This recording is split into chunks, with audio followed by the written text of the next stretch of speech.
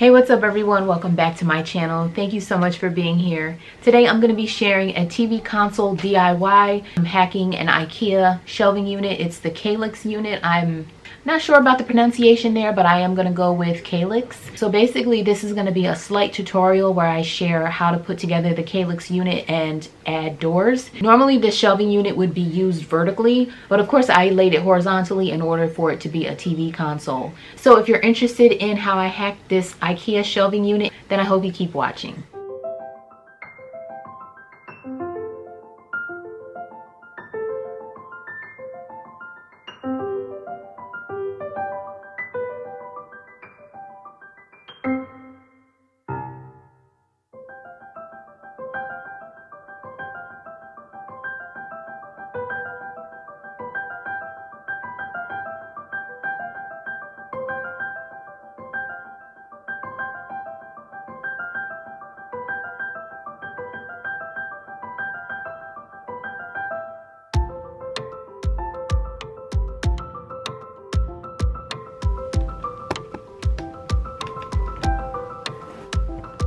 So this is not going to be a full tutorial, but this is what the Kallax unit looks like.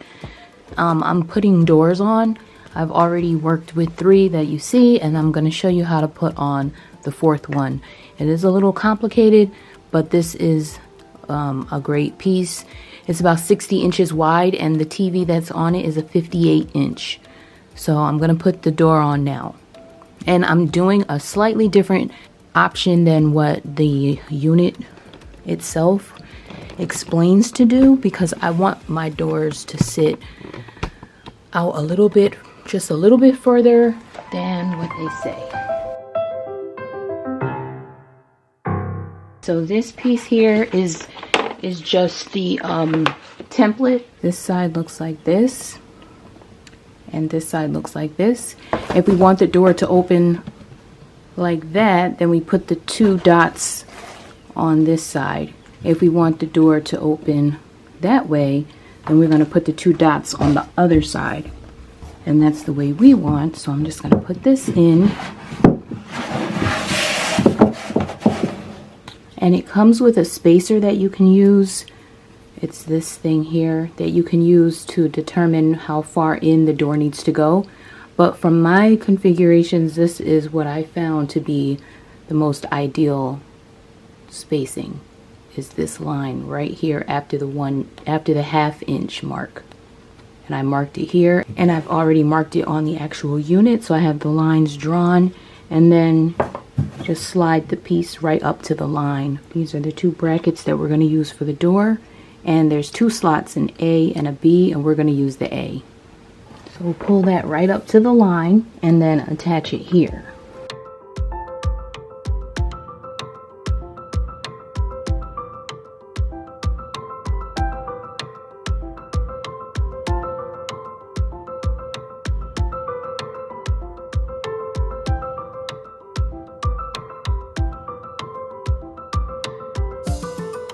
So we're going to put this up here, but we have to move it around a few times in order to get it placed right.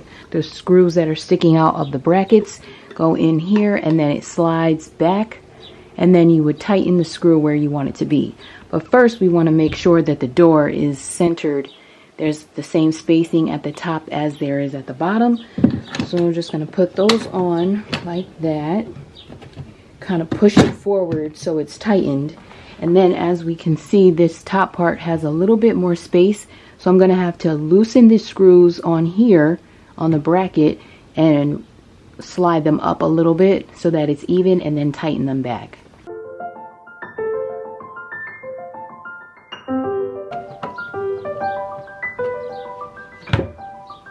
And now it's on, and it's good, but it goes in too much. And so now you want to place the template where you want it to go, so that when it closes, it stops where you want it to stop.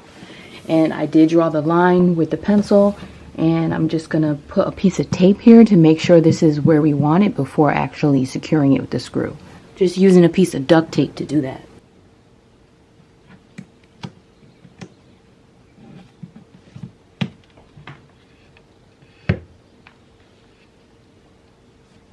Seems pretty perfect to me, so I'm gonna open this back up.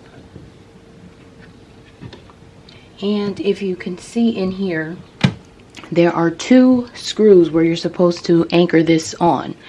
But this is not actually possible to do because on this side, 2 screws are already over here anchoring this one. So see, I did this one already, so these screws are in. And these holes line up with the same side. So what I've done on the other doors is 2 are anchored on one, and then the next one I just anchored in the middle instead of trying to put something here, because I did start to do that and I realized in most cases they're going to be the same. So again, I'm just going to put 1 screw right here and then that'll be it.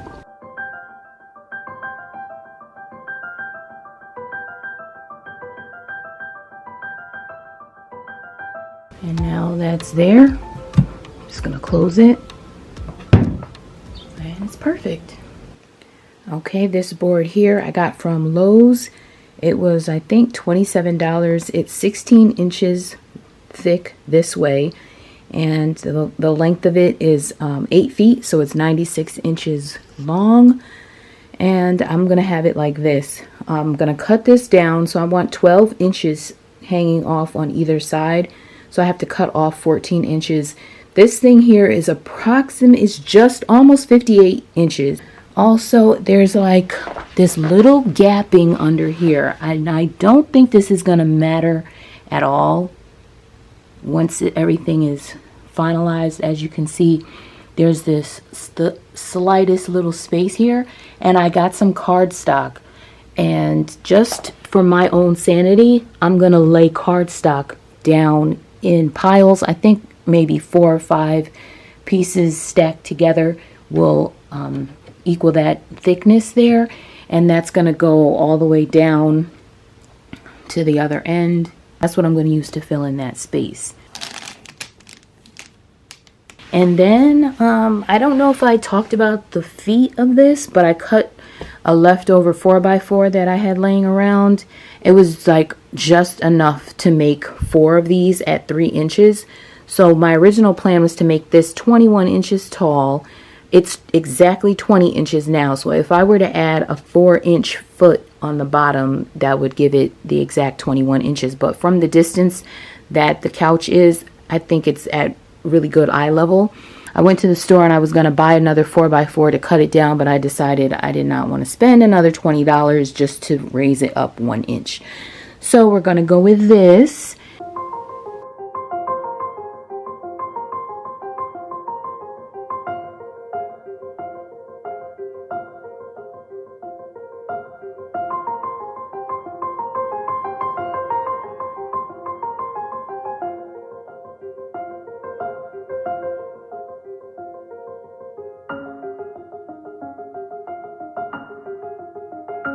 And here I have the several piles of the cardstock I'm going to use, and I figured out that a stack of 7 is the perfect thickness to just align perfectly with that top row. So I'm just going to lay these down.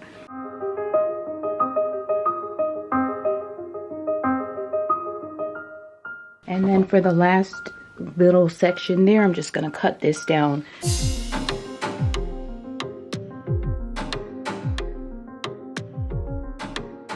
Now that I have the top all completely level, I'm going to bring in the board and I'm going to lay it on top, and I'm just going to attach it to the ends here. So where the ends of the console are, there's that thick board. I'm just going to put 2 screws on each side on these 2 ends and then leave the paper just the way it is. I'm not expecting this to move at all. I want it to be just a light attachment. So I'm going to do that next, and then I'll put the TV on, and then I'll go ahead and work on the front panel.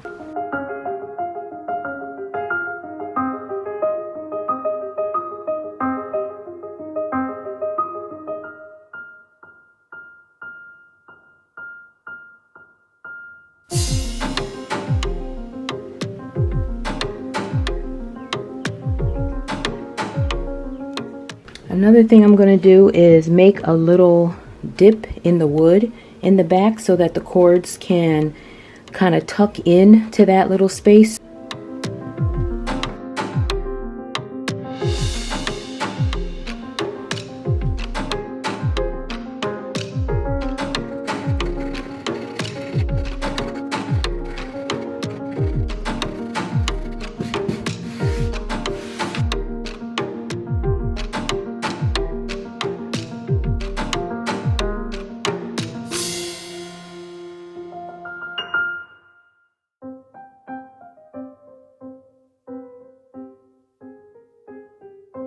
So I'm going to use this yardstick as a spacer, and I'm going to put that right under this part of the wood here. Just place that there, and then I'm going to have the dowels go right up to the top of that. And I'm going to start at the end here, and I'm going to glue them all the way over. And I'm going to use this Power Grab glue. I've used this many times before. It holds very strong. And then I'm going to take my nail gun, and I'm going to use this size of a nail just to hold it all together while the glue dries.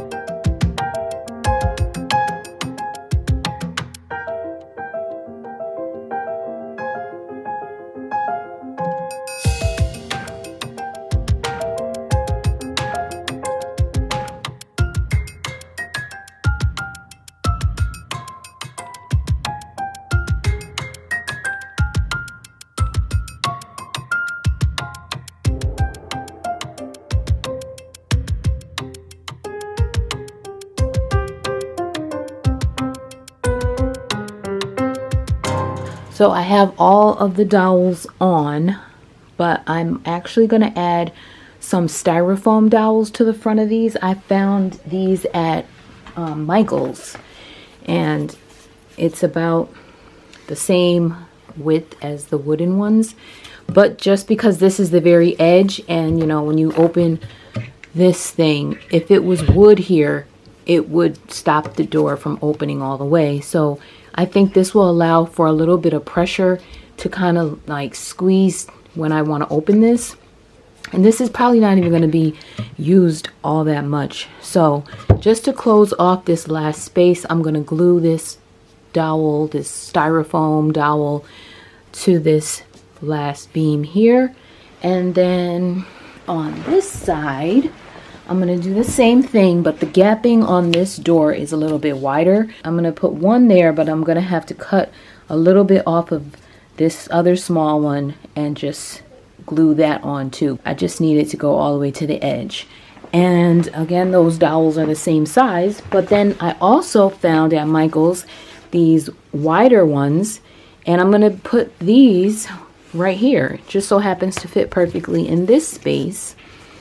And again, it has a little bit of give to it, so when I open this, it can kind of squeeze together as it needs to on both sides to allow the door to open. And even if it doesn't open all the way, I'm perfectly fine with that. I just want to be able to get in there a little bit, and I don't want that space. You see how it looks there? It's not even, but putting these two in just fills it just right, actually. And then the other thing I'm doing, just to attach the legs, I'm drilling holes, and then it drills straight down into this. And I'm going to show you how I'm going to finalize everything, so I'm pretty much not going to really talk through the rest of it. I'm just going to show you from here on. I'm going to probably do this to match the same way I did the coffee table. If you want to check out that video, I changed a desk into a coffee table, and I'm planning on matching this to that. I was going back and forth if I wanted to cover this wood. I love the wood tones here, but I have to make this work in the room. So I am going to paint it completely white, and then I'm going to stain over it and wipe it right off. So I'm going to share that process, but basically to match this coffee table right here that I DIY'd a while back.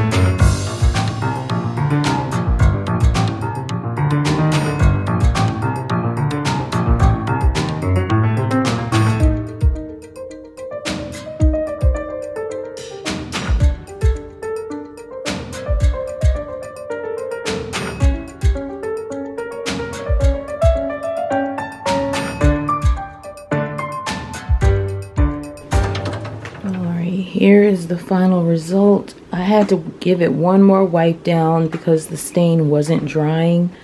I guess as much as was going to soak in already soaked in. So this is the final result. And I'm going to keep it like this. I'm happy with it. If I get tired of it, I will probably paint it another color. But for now, I'm going to live with this. It has the same slight color variation as the coffee table, which is right in front of it. And I like how the wood is not all the same. Each one of these dowels looks different. The foam took to the stain. That's the very last one there. It took to the stain a little bit differently. But these two pieces of foam right here in the middle, I think look similar to the wood. But this one over here is kind of bothering me. It's just a little bit off. I'm going to leave it because it just gives its own little, you know, gives it a unique look. So I'm going to put some polyurethane over this, and I'm going to add the handles that I bought some material to make it look like leather handles.